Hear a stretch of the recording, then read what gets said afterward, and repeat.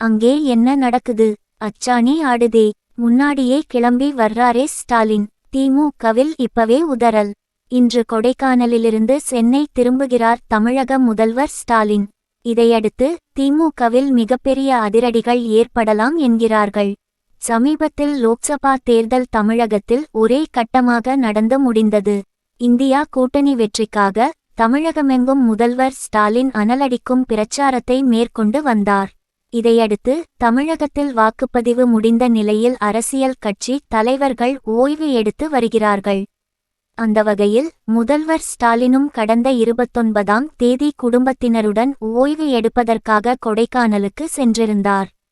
அங்கிருக்கும் பாம்பார்புரத்தில் உள்ள ஒரு தனியார் ரிசார்ட்டில் தங்கி ஓய்வெடுக்க துவங்கினார். கொடைக்கானலில் தான் தங்கியிருந்த பகுதியிலேயே காலை நேரத்தில் வாக்கிங் சென்றார்.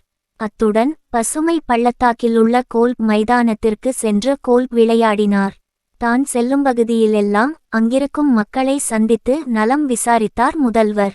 பின்னர் அவர்களது குறைகளை கேட்டறிந்தார். தற்போது கோடை சீசன் துவங்கியிருப்பதால் சுற்றுலா பயணிகளும் கொடைக்கானலுக்கு வந்தவண்ணம் உள்ளனர். இவர்களும் முதல்வரை பார்த்து குதூகலமடைந்து விட்டார்கள். முதல்வருடன் சேர்ந்து செல்பிகளையும் எடுத்துக்கொண்டனர். முதல்வரை போலவே அங்கிருந்த சுற்றுலா பயணிகள், பொதுமக்கள், வியாபாரிகள் துர்கா ஸ்டாலினுடன் ஆர்வத்துடன் போட்டோ எடுத்துக்கொண்டனர். இந்த நிலையில் 5 நாட்கள் ஓய்வுக்காக கொடைக்கானலுக்கு சென்ற முதல்வர் ஸ்டாலின் நாளை அதாவது 4ஆம் தேதி வரை அங்கேயே தங்குவார் என்று அறிவிக்கப்பட்டிருந்தது. ஆனால் இன்றே முதல்வர் ஸ்டாலின் சென்னை திரும்புவதாக தகவல்கள் வெளியாகியிருக்கின்றன. கொடைக்கானலில் இருந்து புறப்படும் முதல்வர் மதுரை விமான நிலையம் சென்று பிறகு அங்கிருந்து விமானம் மூலம் சென்னை திரும்ப உள்ளார். எதற்காக இந்த திடீர் பயண மாற்றம் என்று தெரியவில்லை. ஆனால் விரைவில் அமைச்சரவையை மாற்றியமைக்கலாம் என்ற தகவல் கசிந்தபடியே உள்ளது. இதற்கு காரணம் தேர்தல் பணியில் சில சீனியர்கள் களப்பணியில் முழுமையாக இறங்கவில்லை என முதல்வரின் காதுக்கு எட்டியிருக்கிறது.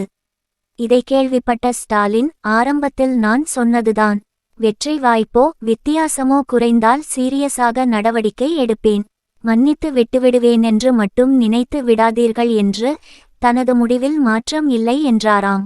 இதனால் அமைச்சர்கள் சிலருக்கு இப்போதே உதறல் எடுத்திருக்கிறதாம். அது மட்டுமல்ல, தேர்தலிலும் அமைச்சர் பணியிலும் பெர்மான்ஸ் குறைவாக இருந்த அமைச்சர்களிடமிருந்து மாவட்ட செயலாளர்களின பதவிகளும் பறிக்கப்படலாம் என்கிறார்கள்.